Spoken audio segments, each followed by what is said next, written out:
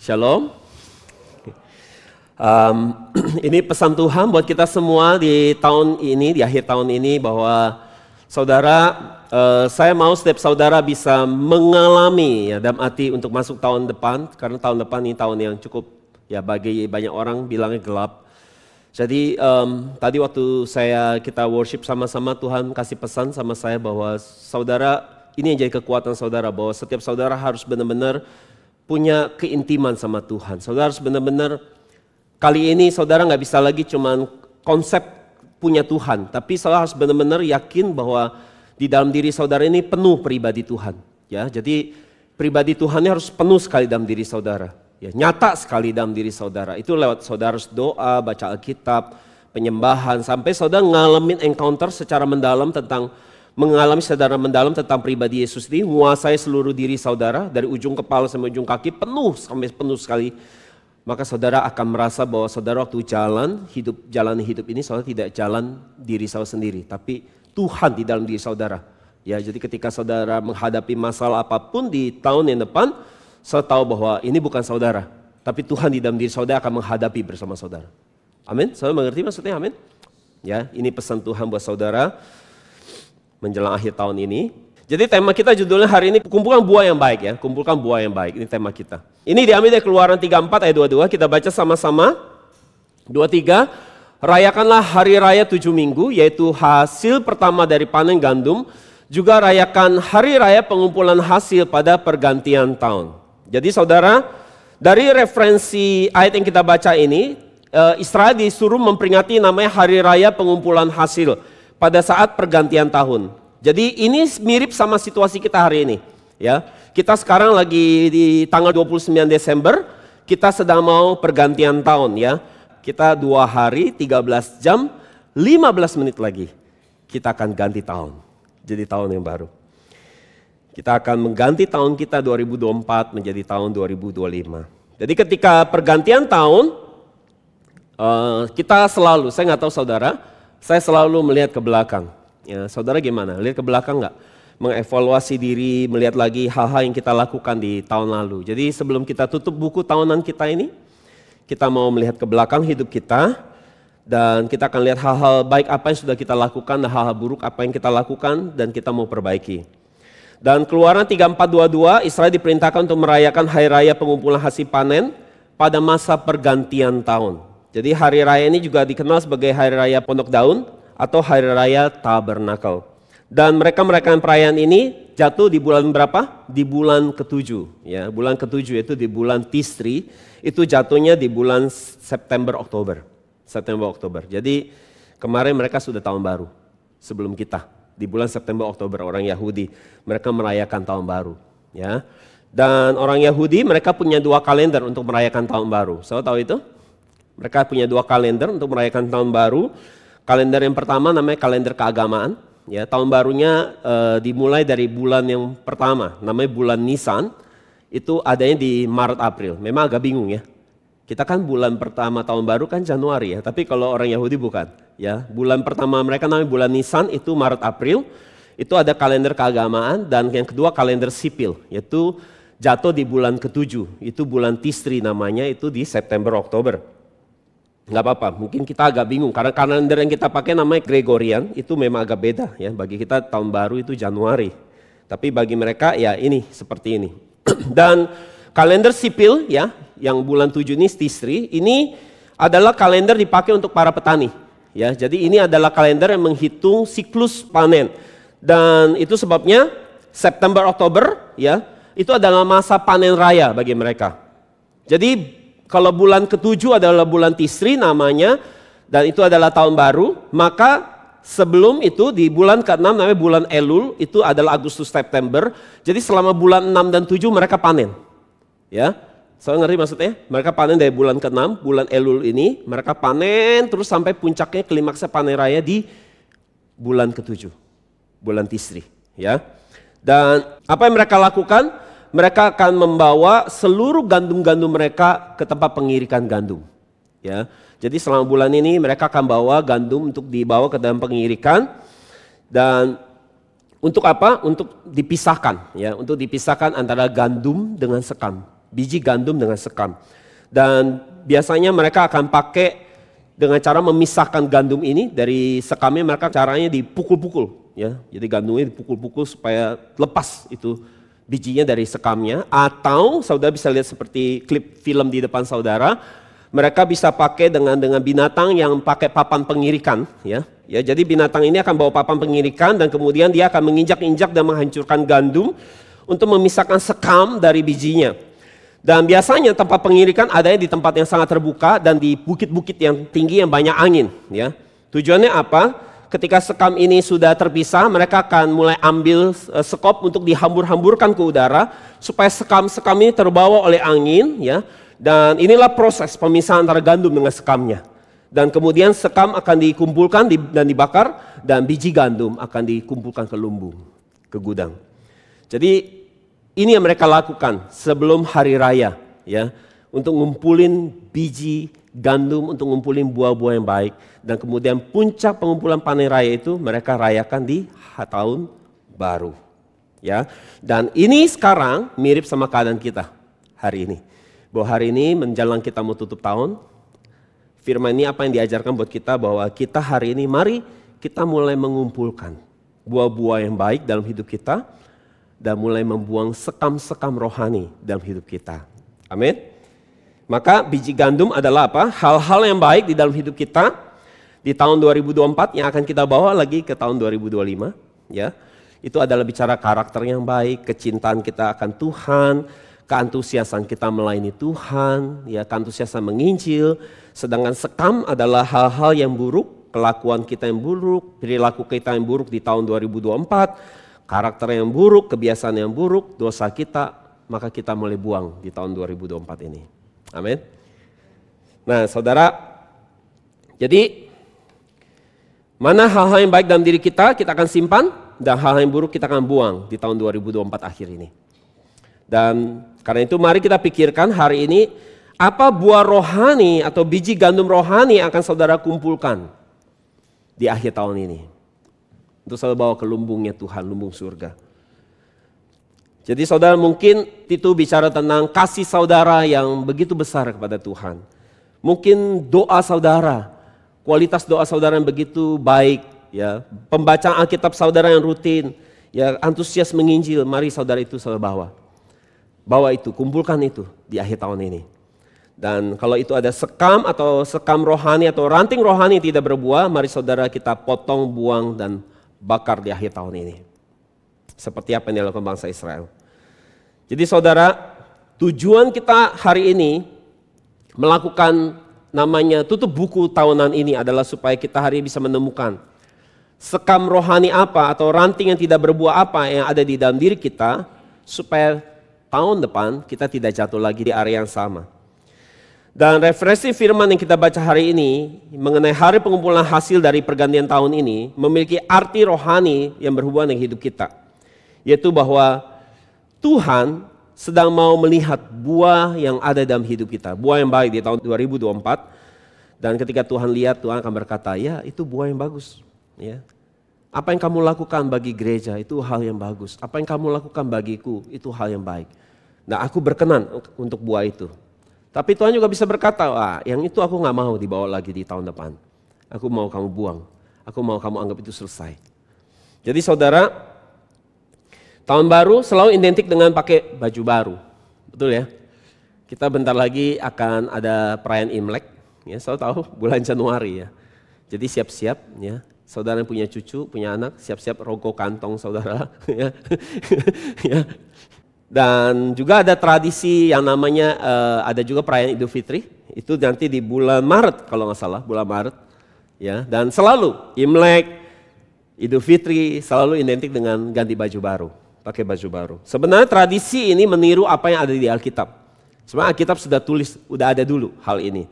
Yaitu pada saat kapan waktu Yakub disuruh Tuhan pergi ke Betel, Yakub perintahkan kepada seluruh keluarganya dan hamba-hambanya untuk apa? Buang semua jimat, karena mereka masih bawa jimat, buang terafim, buang berhala mereka sebelum ketemu Tuhan. Dan yang paling menarik adalah mereka disuruh mengganti pakaian mereka, ganti dengan yang baru. Dan tindakan ini artinya apa? Ini selalu bisa lihat di Kejadian 35 ayat 2, selalu bisa baca sendiri. Jadi tindakan ini bicara apa? Bahwa ketika kita mau memulai hidup yang baru, tanda hidup yang baru adalah salah satu dengan mereka mengganti sebuah tindakan ganti baju yang baru, itu adalah menggambarkan tentang memulai sebuah perjalanan hidup yang baru. Memulai kehidupan yang berbeda dengan tahun yang lalu. Yaitu menjalani hidup yang kudus. Maka saudara, karena itu mari kita memakai pakaian rohani yang baru. Ya, pakaian di dalam pakaian kekudusan. Nah saudara, ketika kita mau mencoba menilai buah yang ada dalam diri kita mau coba nilai buah di dalam diri kita bisa menilai bahwa ketika kita mau tutup buku tahunan kita bisa menilai diri kita seberapa bagus diri kita, itu juga kita bisa punya penilaian, betul gak? Jadi kalau saya tanya saudara, kira-kira selalu mau kasih skor berapa diri saudara tahun 2024 ini? Ya, hal-hal yang baik di dalam diri saudara ini di tahun 2024 kira-kira skornya berapa di mata saudara? Nilai saudara. Kalau nilai tertinggi 100, berapa skornya? Hal-hal yang baik dalam diri saudara ini nilai berapa skornya kalau dikasih skor? 50 skornya. Kalau 100 paling tinggi mau berapa? 50, 60, 70? 80, 90, ada yang 100 sudah pasti belum lah ya. Kalau sudah 100 sudah kayak Henok diangkat semua ke surga. Ya. Nah saudara, kita bisa punya penilaian buat diri kita. Ya. Penilaian baik tentunya, kebanyakan kita suka menilai diri kita baik, betul gak? Kita bisa punya penilaian baik tentang diri kita, tetapi saudara, Tuhan juga punya penilaian waktu lihat diri kita. Saya ngerti maksudnya? Tuhan juga punya penilaian. Maka dari itu, bagaimana kita bisa tahu bahwa hal-hal baik apa yang harus saya simpan di tahun depan, ya, dan hal buruk apa yang harus saya buang? Jangan-jangan ada buah yang saya pikir ini baik, tetapi ternyata di mata Tuhan itu buah yang buruk. Bagaimana saya bisa menemukan dua buah ini, buah yang baik dan buah yang jahat? Bagaimana saya bisa tahu? Bagaimana saya bisa punya penilaian yang sama dengan Tuhan nilai saya? Supaya saya tidak terlalu overvalue diri saya, melebihi penilaian Tuhan taruh sama saya. Jadi lewat firman hari ini, karena kita mau mengumpulkan buah, ya, mengumpulkan buah yang baik, maka kita akan mulai lihat bagaimana cara kita bisa tahu buah ini baik, buah ini yang jahat. Oke, saudara mau? Bagaimana caranya?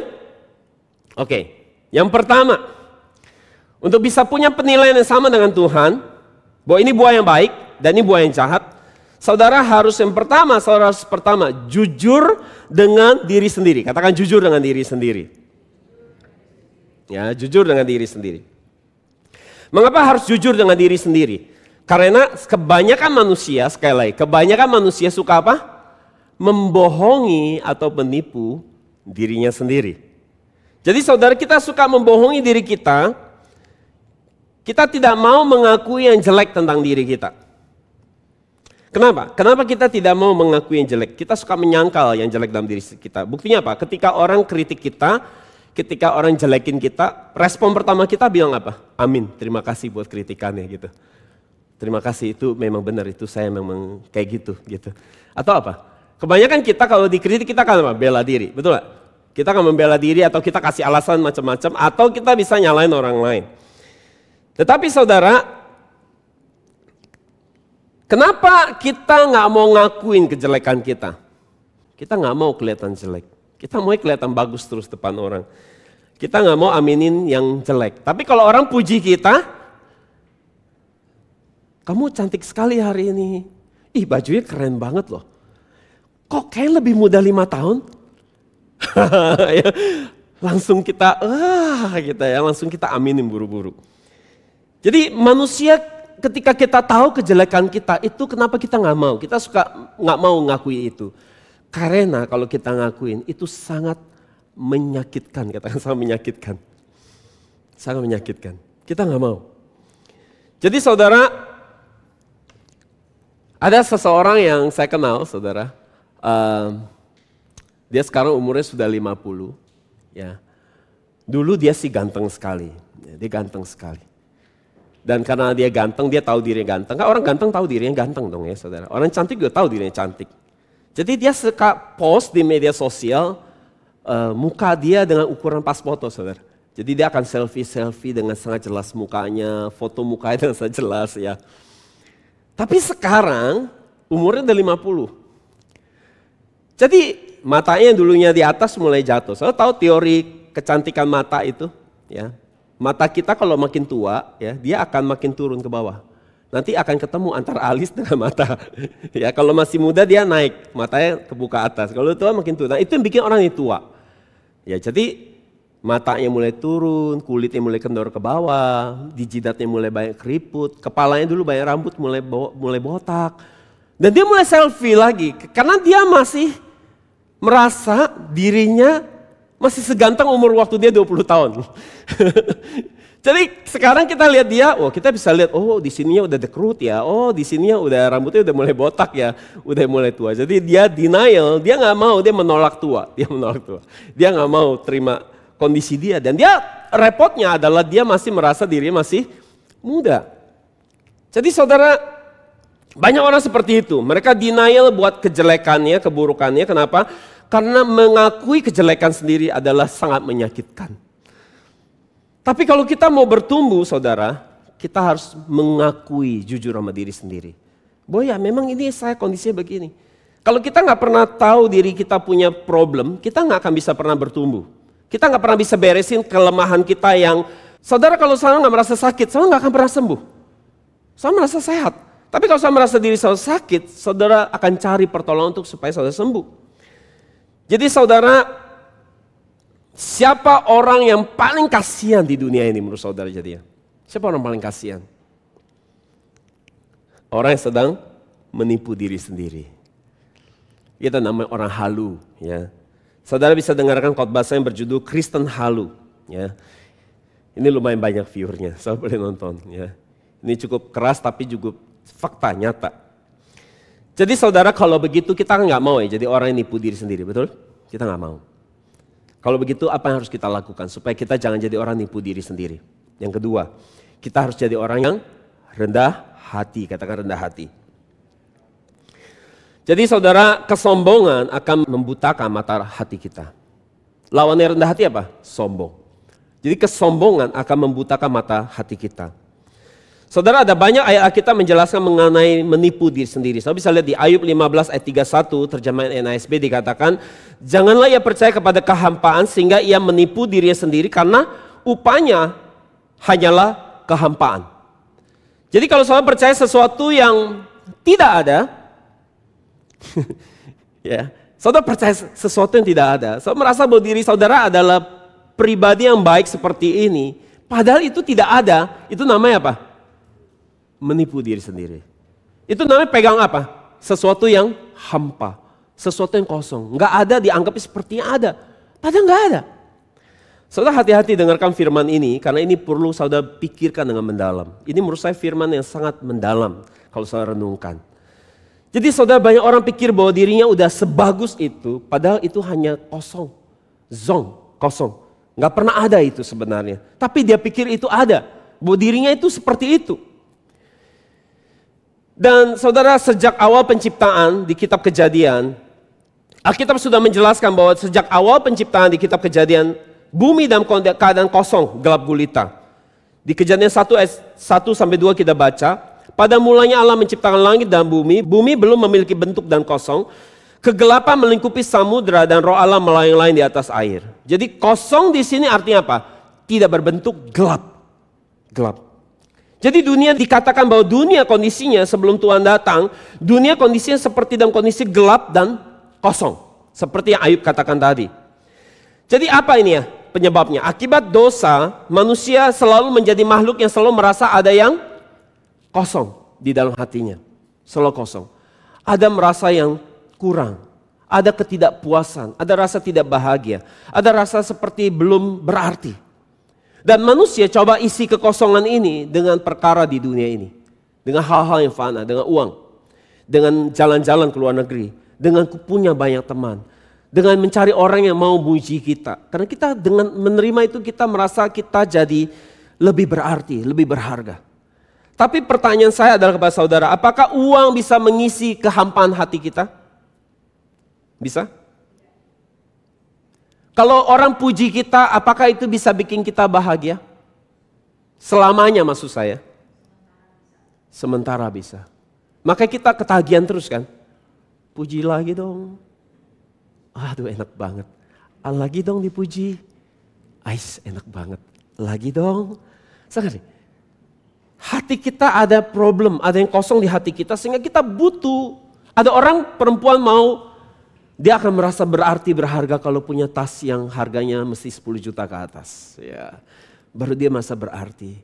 Ada orang yang berarti kalau punya pakai barang-barang yang mahal, barang yang bagus. Dia baru merasa berarti. Tetapi itu bisa ngisi, tapi hanya sementara. Kenapa? Karena kekosongan ini nggak bisa diselesaikan dengan hal-hal dunia. Karena ini problem rohani. Ini harus diselesaikan dengan hal-hal rohani. Tidak dengan hal-hal di dunia ini. Dan itu hanya bisa diselesaikan dengan apa? Jujur dengan diri sendiri, rendah hati, mengakui ada yang kosong, biar Tuhan isi yang kosong. Kalau Tuhan bisa isi yang kosong, kita nggak cari lagi pengakuan, pujian orang. Betul nggak? Kenapa kita masih cari pujian manusia? Karena Tuhan nggak pernah kita lihat puji kita. Coba saudara pernah dipuji Tuhan. Saya nggak mau lagi cari pujian manusia. Betul nggak? Amin? Ya. Jadi saudara, mari kita baca satu kitab yang hanya isinya satu pasal. Kitab Obadya, isinya ini cuma satu pasal. Obadya 1 ayat 34 terjemahan NASB kita baca.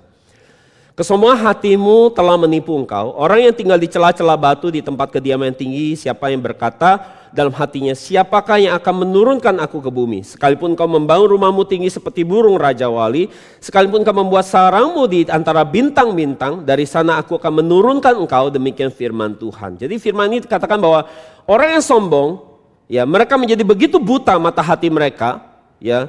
Mereka berkata bahwa mereka ini kuat. Ya, ini ayat ini biasa buat orang-orang yang hebat ya, orang-orang kaya. Ya, kalau kita bilang apa? Orang-orang kaya ya. Orang yang kaya, orang yang terpandang, orang yang punya networking dengan pejabat-pejabat, orang yang punya kenalan dengan jenderal-jenderal militer, orang-orang yang berpengaruh. Mereka berpikir bahwa siapa yang bisa turunkan saya? Saya menaruh tempat saya di tempat yang tinggi, yang tidak ada satupun orang bisa menyentuhnya.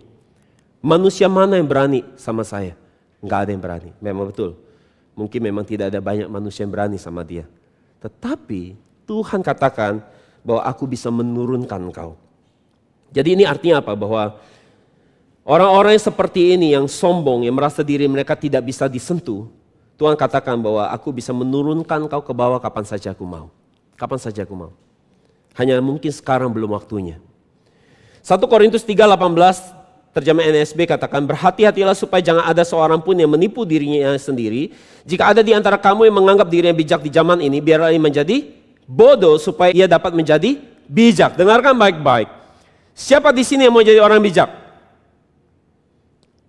Siapa yang mau jadi orang bijak hari ini, tempat ini? Semua, betul? Betul? Semua kita mau jadi orang bijak, betul? Dan kitab ajarkan apa untuk jadi bijak? Kita harus jadi apa? Dari ayat ini? Kita harus jadi bodoh. Ini menarik sekali. Kebanyakan orang kalau dia pintar, dia akan tunjukkan kepintarannya. Tapi Alkitab katakan justru kita harus jadi orang yang rendah hati. Kita harus anggap diri kita menjadi orang yang selalu bodoh. Supaya kita jadi bijak. Saudara, ada orang-orang yang kalau saya temuin, mereka suka sekali ngajarin orang. Ya, maksudnya suka ngajarin orang. Nah, saya punya prinsip saudara, kalau orang ngajarin saya akan dengerin.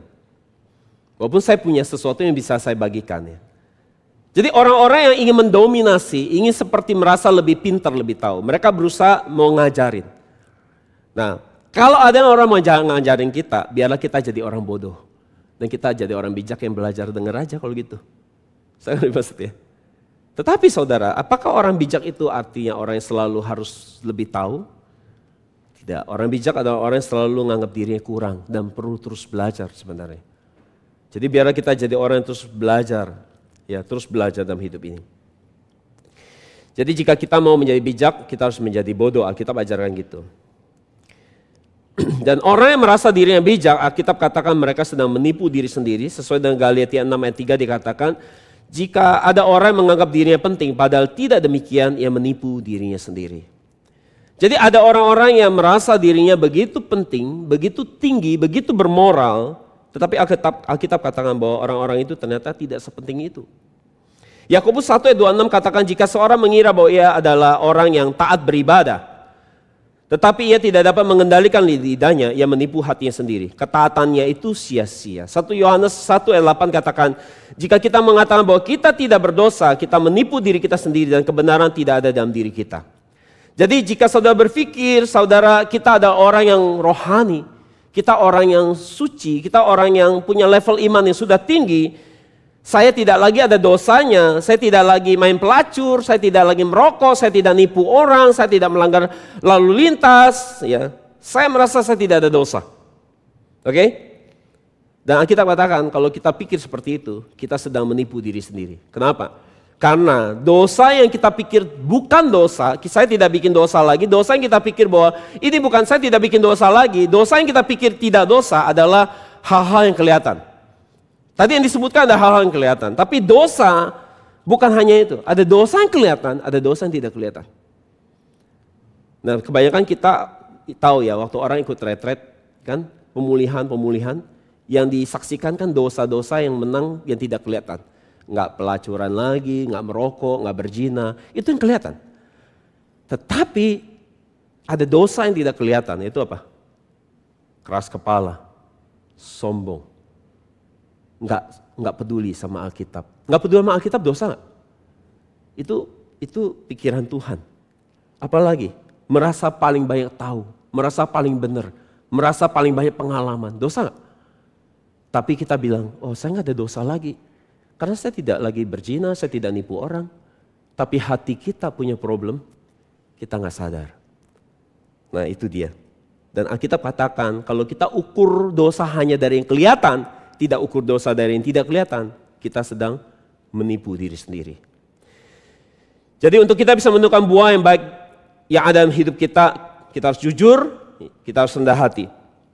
Roma 12 ayat 16c terjemah ILT katakan gini, janganlah menjadi bijaksana hanya menurut ukuran dirimu sendiri. Mari kita baca sama-sama 2-3. Janganlah menjadi bijaksana hanya menurut ukuran dirimu sendiri. Kalau begitu saya harus mengukur diri saya pakai apa? Pakai Alkitab. Bercerminnya pakai apa? Pakai Alkitab. Bukan pakai rasa-rasa sendiri, pakai pikiran sendiri. Karena kalau ketika pakai pikiran sendiri, saudara, kita nggak akan lihat kejelekan itu. Untuk itu saudara, kita harus jadi orang yang jujur dan rendah hati untuk kita bisa menemukan secara tepat apa yang buruk yang masih kita dalam diri kita masih ada dan kita harus berubah. Saudara, ada buah yang kelihatannya baik, padahal itu adalah buah yang jahat. Dengarkan baik-baik kata ini. Ada buah yang kelihatannya baik, padahal itu buah yang jahat. Misalnya apa? Buah yang kelihatan baik padahal jahat. Misalnya apa? Saudara melayani Tuhan, memberitakan firman Tuhan. Baik gak? Baik. Tapi selalu pakai apa? Buat mencari pujian manusia. Jadi jahat baik? Jadi jahat. Saya lihat ada buah yang kelihatan baik tapi jahat. Saudara nolongin orang. Suka baik sama orang. Tapi tujuannya supaya orang lihat saudara orang baik. Nolongin orang baik gak? Tapi motivasi saudara cari pujian manusia bukan Tuhan. Jadi jahat gak? Ada yang buah yang kelihatan baik. Padahal jahat. Saudara, kalau kita nggak jujur, saudara, kita nggak bisa menemukan ada sekam di dalam. Ingat loh, sekam sama biji gandum tuh nempel loh. Kalau kita nggak jujur dan rendah hati, kita nggak bisa lihat mana sekam, mana biji gandum. Itu ada di lapisan hati kita yang sangat dalam. Pergi nginjil, khotbah di mana-mana bagus gak? Buah yang baik gak? Bagus. Tapi ternyata ujung-ujungnya mau cari persembahan kasih, mau cari uang. Jadi jahat gak? Jadi jahat. Mengapa susah sekali untuk menemukan yang baik dengan yang jahat? Kenapa susah sekali untuk kita bisa menemukan antara yang baik dan jahat dalam diri kita? Karena sebagai keturunan Adam, semua kita sudah di dalam dosa. Dan kita ingat bahwa Adam itu makan buah baik dan jahat. Makan pohon pengetahuan baik dan jahat. Dan karena Adam adalah konsep di dalam dunia teologi, ada konsep perwakilan. Meskipun Adam yang makan, tapi karena ini perwakilan umat manusia, Adam mewakili seluruh umat manusia. Maka meskipun Adam makan sendiri, Tapi artinya kita semua juga sudah makan pohon pengetahuan baik dan jahat. Tadi pohonnya namanya apa? Pohon apa? Baik dan jahat. Nah ini repot. Jadi pertama kenapa sulit sekali nemuin buahnya? Karena kejatuhan Adam membuat pohon baik dan jahat ada di dalam diri kita. Saudara kalau belajar buku 1, saya nggak bisa jelasin di sini ya. Buku 1 itu pohonnya jangan seperti dibayang ada pohonnya ya. Tapi ini bicara tentang pemisahan sebenarnya di dalam diri kita. Bahwa selalu di dalam diri kita ada baik dan jahat. Saya nggak sempat jelasin tapi gini. Jadi karena ada makan, ada pohon baik dan jahat dalam diri Adam. Ada juga pohon baik dan jahat dalam diri kita. Nah, oleh karena pohon ini ada dalam diri kita. Ya, pohonnya apa tadi namanya? Baik dan jahat. Karena dia ada di dalam diri kita, maka saudara, sulit sekali untuk kita menemukan baik dan jahat ini. Kenapa? Ini sangat tricky saudara, sangat tricky buat misahinnya. Sangat sulit buat misahinnya. Karena dia ini baik dan jahat ini sepenuhnya di dalam diri kita. Saya ngerti maksudnya? Dia ada di dalam diri kita. Dia bukan di luar kita. Kalau di luar kita, kita gampang nolaknya. Masalahnya dia ada di dalam diri kita. Dan kita harus keluarin jahatnya dan simpan yang baik. Jadi itu yang bikin susah karena dia ada di dalam diri kita. Dan problem yang kedua adalah masalahnya adalah baik dan jahat ini dia tercampur jadi satu di dalam diri kita. Jadi saudara, kalau namanya tercampur berarti dia sangat lengket, nempel. Tidak terpisahkan. Jadi akhirnya kita susah menemukan. Waktu kita melakukan sesuatu, kita sulit menemukan motivasi ini kira-kira baik atau jahat ya. Karena dia tercampur jadi satu. Akan mudah kalau dia jahat aja sekalian atau baik aja sekalian. Kita langsung bisa tahu, oh ini baik, oh ini jahat. Tapi karena dia tercampur jadi satu, udah teraduk jadi satu, saya ngerti maksudnya ya. Jadi kita nggak bisa bedain mana yang baik, mana yang jahat. Karena dia tercampur jadi satu. Jadi di dalam niatan yang baik ternyata tersembunyi niatan yang jahat. Maka itu sebab Paulus bilang, aku manusia celaka. Siapa yang bisa tolong aku? Seringkali yang baik ingin aku lakukan, tapi justru yang jahat aku lakukan. Ada banyak hal yang kita lakukan yang mungkin baik, tapi kalau kita jujur sama diri kita, jujur tanya diri kita lagi, cek hati kita lagi. Jangan-jangan kita bisa menemukan, ternyata itu jahat. Tapi apakah kita bisa menemukannya kalau kita tidak apa? Rendah hati dan tidak jujur. Tetapi saudara, Tuhan baik. Kabar baik Tuhan baik. Dia tidak membiarkan kita kehilangan kesadaran diri tanpa kita bisa mengintrospeksi diri kita. Maka Tuhan punya cara untuk bikin kita bisa menemukan buah yang baik dan jahat itu. Yang pertama, Tuhan pakai apa? Untuk hari ini menemukan buah yang baik dan jahat dalam diri kita. Tuhan pakai apa? Yang pertama, namanya api pemurnian. Katakan api pemurnian. Api pemurnian. Saudara untuk menemukan emas yang murni atau perak yang murni. Waktu saudara ketemu emas atau perak, saudara tidak menemukan dalam bentuk yang murni. Dia masih tercampur sama kotoran ataupun zat-zat yang lain yang bukan emas yang murni atau perak yang murni. Nah caranya supaya emas yang murni saudara bisa dapatkan, itu caranya emas yang murni itu harus dipanaskan dengan api yang suhunya sangat tinggi. Supaya itu akhir lumer dan akhirnya nanti yang tersisa, yang kelihatan muncullah emas yang murni. Jadi saudara hal yang sama, karena hal yang jahat dan baik masih tercampur di dalam diri kita, tersebar di dalam seluruh diri kita, maka cara Tuhan memisahkan hal yang baik dan jahat, Tuhan pakai yang namanya api pemurnian. Katakan api pemurnian. Dan api pemurnian ini tujuannya untuk pisahin yang baik dengan yang jahat. Yang kotor dengan yang baik. Jadi apa ini api pemurnian ini? Api pemurnian adalah penderitaan atau aniaya, kesulitan dan masalah dalam hidup kita. Kita suka nggak ngalami masalah? Suka nggak? Nggak suka ya. Tapi itu baik. Itu adalah api pemurnian untuk membersihkan dosa kita. Hasil dari penderitaan, hasil dari masalah yang dibawa dalam hidup kita akan memunculkan iman yang murni. Emas murni dalam diri kita, iman yang tetap. Jahat di dalam diri kita tidak akan pernah keluar ketika hidup kita semua berjalan baik. Waktu bisnis berjalan baik, karir berjalan baik, studi berjalan baik, kesehatan berjalan baik, kita akan seperti orang yang sepertinya tidak akan menemukan hal yang buruk apapun dalam diri kita. Tapi ketika ada masalah, ada tekanan, maka akan keluar yang tidak murni. Mungkin di dalam tekanan baru keluar kata-kata kasar kita. Sumpah serapah, makian, kekecewaan, sungut-sungut di hadapan Tuhan. Waktu bangsa Israel dibawa ke padang gurun, itu untuk memurnikan mereka. Mereka kesulitan dalam hal minum, air minum dan makanan. Dan waktu asli mereka dalam tekanan seperti itu, mereka berontak dan sungut-sungut. Itu asli mereka. Jadi masalah adalah Tuhan izinkan buat kita untuk mengeluarkan yang kotor keluar. Bukan Tuhan jahat, bukan Tuhan jahat. Justru karena Tuhan baik. Dia mau membersihkan yang kotor, karena yang kotor sama yang bersih ini, yang kotor yang murni dengan tidak murni, kecampur. Cara supaya dia pisah itu harus dibakar dengan api pemurnian, dengan masalah. Supaya yang keluar kotor ini ketahuan, kedeteksi, dan bisa dibuang.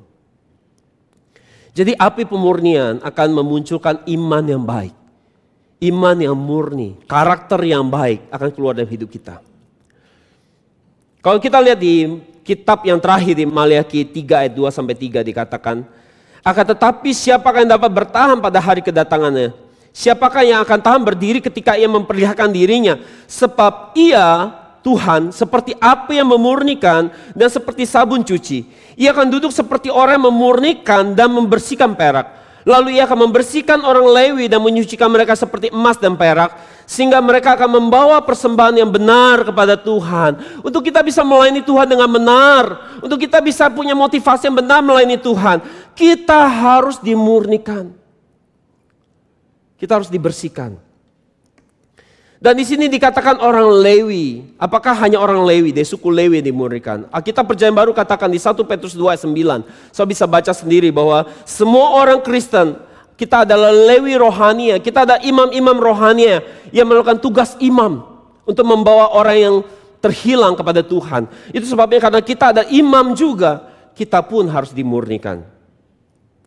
Jadi hanya mereka yang dimurnikan, yang keluar dari api pemurnian, baru bisa jadi imam yang sejati untuk menjadi pengantara antara orang berdosa dengan Allah.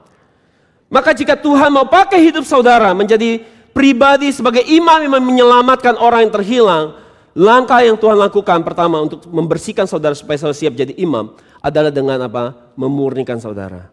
Dengan apa? Masalah. Dengan penderitaan. Tapi masalah penderitaan jadi bagus atau jelek?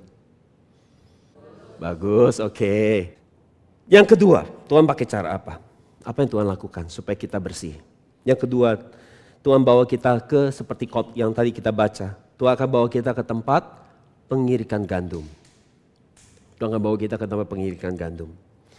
Matius 3 ayat 11-12 kita baca. Aku sesungguhnya membaptis kamu dengan air untuk pertobatan. Tetapi yang datang sesudah aku adalah lebih berkuasa daripada aku. Ini Yohanes Pembaptis yang ngomong. Yang sandalnya pun aku tidak layak membawanya.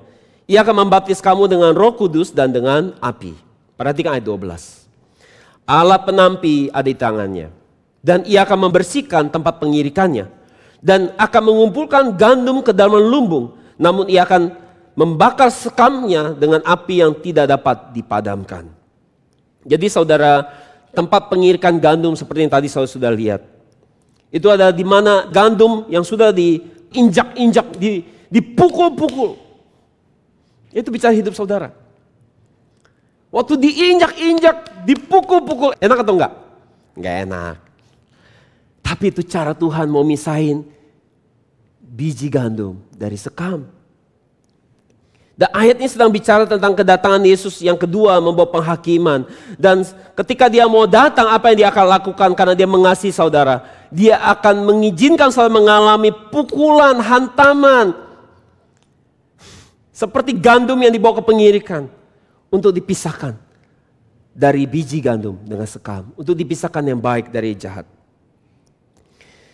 Jadi saudara, kadang-kadang Tuhan harus memukul kita, menghantam kita untuk apa? Supaya seluruh kesombongan dan keangkuhan kita dihancurkan.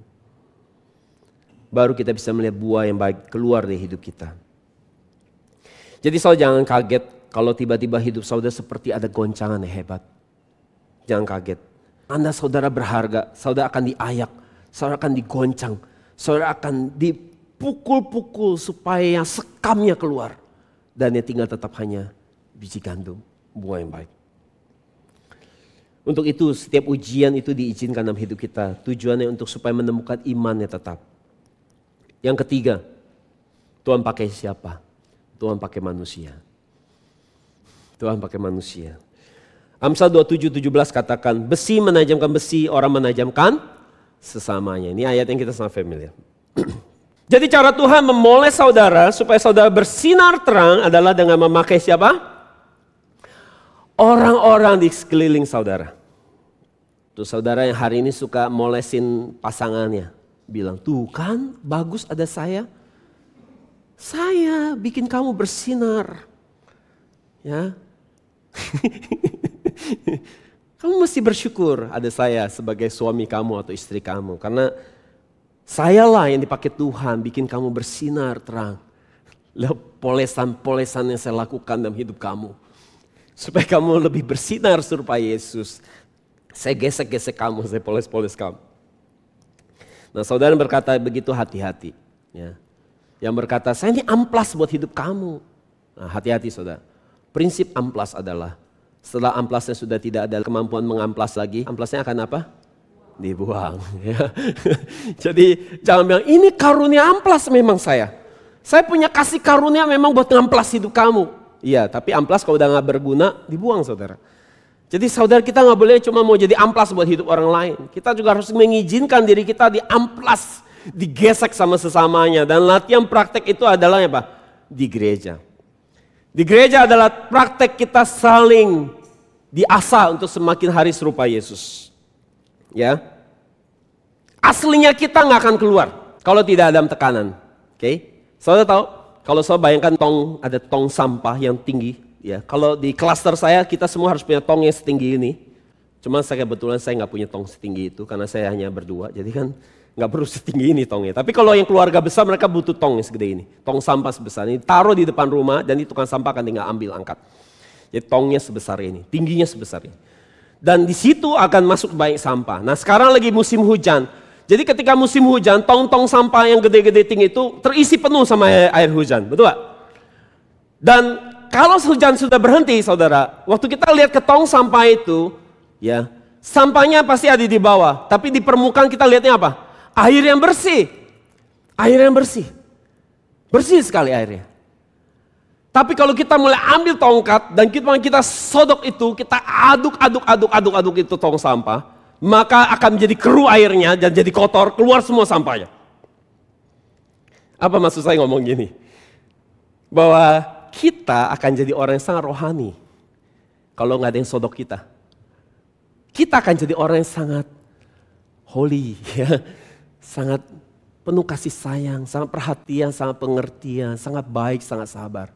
Jika tidak ada yang sodok kita. Kalau ada yang sodok kita, baru keluar aslinya kita, sampahnya keluar semua, sumpah serapah, kata-kata makian keluar semua. Jadi setiap kali saudara ingat ini, ingatlah tong sampah di rumah saya. Ya, semua ketika tidak ada yang nyerang kita, kita bisa seperti malaikat semua ke gereja. Tapi ketika ada yang berani sodok kita, keluar asli kita, sampahnya keluar semua. Jadi saya mau tanya, jemaat NJM, jemaat yang rendah hati tidak di sini. Jemaat NJM ini kira-kira jemaat yang bisa nggak disodok tapi tetap rendah hati dan sabar? Hah? Atau galak-galak jemaat NJM? Nggak boleh disodok. Kalau dipuji, semuanya bermekaran mukanya. Wah, mukanya, pipinya tersipu-sipu merah-merah, mata membesar gitu ya. Senang sekali kalau dipuji. Tapi coba kritik, coba saudara serang. Keluar itu sampahnya semua. Saudara, kalau saudara ke sungai di Kalimantan itu airnya tuh keruh ya, airnya coklat. Ya, sungai di Kalimantan tuh airnya coklat. Jadi saudara, di air yang tenang itu, yang coklat itu, karena di coklat airnya kita nggak bisa lihat di bawah ada apa. Nah saudara, cuma masalahnya Kadang-kadang kalau kita pikir airnya tenang, kita anggap remeh. Kita turunin kaki kita ke bawah sungai yang kayaknya tenang seperti ini. Tapi orang Kalimantan udah tahu, sebelum masuk ke dalam sungai mau berenang, apa yang saudara lakukan? Saudara harus lemparkan batu ke sungai itu. Untuk ngetes apa? Karena di dalam ternyata ada buaya yang mengerikan. Ini airnya tenang ya.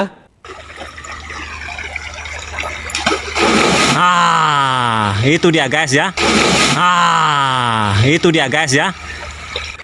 Jadi hari ini kalau di tengah-tengah kita ada yang disodok dan keluar macannya, buayanya, saudara bilang apa? Nah, itu dia guys ya.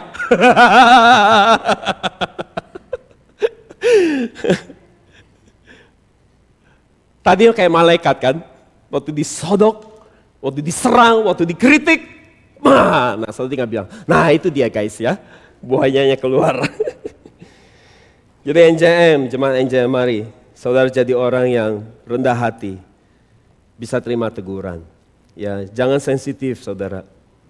Siapa seseorang yang rendah hati adalah waktu diserang, saudara bisa diam. Itu ada orang rendah hati. Diam bukan berarti saudara bodoh. Diam bukan berarti saudara tidak bisa balas. Tapi itu juga menentukan sikap kerendahan hati saudara. Tidak selalu saudara harus membela diri. Jadi saudara, mari jemaat JNJM jangan jadi jemaat yang hanya mau dengar pujian yang bagus-bagus. Tapi ketika dikasih teguran, wah itu dia. Seperti tadi, nah itu dia guys ya. Di dalam seperti yang tenang. Sangat holy, seperti malaikat. Ternyata ada buaya yang tersembunyi. Yang kapan aja bisa gigit saudara. Nah itu jangan. Sedih sekali. Sedih sekali kalau jemaat kita seperti itu. Jadi saudara, kesimpulan saudara. Jadi apa kesimpulannya? Bahwa hanya Yesus yang dapat mengubah kita. Katakan hanya Yesus yang bisa mengubah saya. Dan Yesus hanya bisa mengubah orang yang jujur dan rendah hati. Orang sombong, Yesus tidak bisa bekerja dengan orang seperti itu. Orang yang sudah merasa dirinya sudah bagus, tidak melihat dirinya ada masalah, sudah merasa dirinya seperti malaikat. Yesus tidak bisa lagi bekerja dengan orang seperti itu dan menyembuhkan orang seperti itu. Karena Markus 2 ayat 17 katakan bahwa Yesus berkata, bukan orang sehat yang memerlukan tabib, tetapi orang sakit.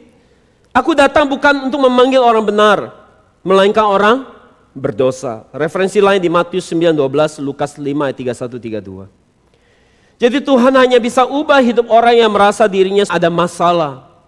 Yesus tidak bisa ubah orang yang merasa dirinya sudah benar, sudah bagus, sudah suci. Dia hanya bisa mengubah hidup orang yang sadar akan dosanya. Dan orang yang sadar akan dosa adalah orang yang jujur dan orang yang rendah hati. Jadi saudara mau jadi orang benar atau orang yang berdosa? Hah? Ayo bingung jawabnya. Jadi saudara mau jadi orang yang hari ini di mata Yesus orang berdosa atau orang benar? Hah? Orang berdosa. Karena Yesus hanya datang kepada orang berdosa. Kenapa kita belajar hukum Taurat? Kenapa kita belajar hukum Musa? Kenapa kita belajar Alkitab? Tujuan kita belajar hukum-hukum ini adalah untuk apa? Mendiagnosa dosa. Saudara nggak mau medical check up. Hati-hati loh bu, periksa loh darah.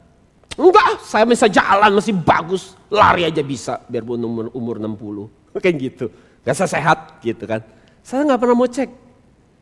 Jadi saya rasa diri saya sehat. Kenapa? Karena nggak pernah medical check up. Nah itu sama seperti kita belajar Alkitab untuk men-check up kerohanian kita. Ketika kita cek, kita belajar Alkitab, kita jadi tahu, aduh ada dosa ini, ada dosa itu. Saya punya dosa yang ini loh, saya punya motivasi ternyata di dalam baik ada yang jahat. Ketika kita tahu dosa ada banyak, kita akan cari siapa? Yesus. Untuk sembuhkan kita. Untuk sembuhkan sakit kita. Tanpa belajar Alkitab, orang tidak akan pernah tahu dirinya ada masalah. Tujuan kita belajar hukum-hukum adalah untuk tahu ada dosa. Supaya kita jadi tahu kita butuh Yesus. Karena hanya Yesus yang bisa sembuhkan kita. Hanya Yesus yang bisa ubah kita. Di akhir tahun ini mari kita jujur dengan diri kita sendiri. Ada berapa banyak sampah yang mengendap di dalam bawah hati kita. Ada buaya apa yang masih di dalam diri kita yang bisa keluar kapan saja. Dan mari kita bawa hidup kita kepada Yesus untuk Dia mengubah kita. Kita gak bisa pakai kekuatan kita sendiri, kita gak sanggup. Untuk kita bisa berubah jadi pribadi yang baik, dibutuhkan pekerjaan Yesus. Di sisa 2 hari dan beberapa jam ke depan, mari kita bercermin pada Alkitab. Jika ada hal yang perlu kita bertobat, biar kita bertobat. Jika ada dosa yang perlu kita buang, mari kita buang di penghujung akhir tahun ini. Dan jika ada karakter yang buruk harus kita matikan, mari kita matikan dengan bantuan Yesus. Dan jika itu buah yang baik, mari kita lipat gandakan di tahun depan. Amin. Mari kita berdoa. Bapa, kami perlu untuk kami bisa punya 2 hati ini. Hati yang jujur dengan diri sendiri dan hati yang rendah hati. Kami bersyukur lewat pembelajaran firman Tuhan, kami disadarkan akan dosa yang ada di dalam diri kami, baik dosa yang kelihatan maupun dosa yang tidak kelihatan. Dan buat dosa yang kami punya hari ini, kami bawa hidup kami untuk kami minta supaya kami bisa datang kepada Yesus sebagai tabib yang menyembuhkan problem kami. Kami bersyukur buat orang-orang yang Tuhan pakai untuk menggesek kami, untuk mengeluarkan kotoran dalam diri kami. Sehingga membuat kami sadar bahwa kami butuh pertobatan. Allah Bapa, tolong kami supaya kami bisa berubah di tahun depan. Ubah hati kami, ubah karakter kami, supaya kami semakin serupa dengan anak-Mu Yesus. Buat kami menjadi baru. Seturut dengan tahun yang baru, kami menjadi pribadi yang baru. Pribadi yang semakin hari serupa dengan Yesus. Sehingga Allah Bapa, Engkau dimuliakan, disenangkan melalui perubahan hidup kami. Dan hari ini jika jemaat-Mu ada yang sedang bergumul buat pekerjaan, studi mereka, karir mereka pun kesehatan mereka. Bapa, tolong mereka. Kiranya ada campur tangan-Mu buat setiap persoalan yang sedang kami alami. Sehingga kami boleh melaluinya, menang di atas segala sakit penyakit, problem keuangan kami maupun problem keluarga kami. Kami minta kiranya di tahun ini maupun di tahun yang depan, Yesus terus berjalan bersama kami, menopang hidup kami sehingga kami tidak dibiarkan sendiri. Kami bisa menjalani hidup ini dengan kekuatan, kemampuan yang diberikan daripada-Mu. Sebentar kami akan memberikan persembahan, berkati persembahan ini untuk pekerjaan penyebaran firman-Mu dan bagi perkembangan gereja-Mu. Berkati setiap kami supaya kami bisa memberikan lebih lagi bagi-Mu. Kami mengucap syukur buat firman hari ini dengan meninggikan nama Yesus yang berharga. Sama-sama kita katakan, amin. Beri kemuliaan buat Tuhan.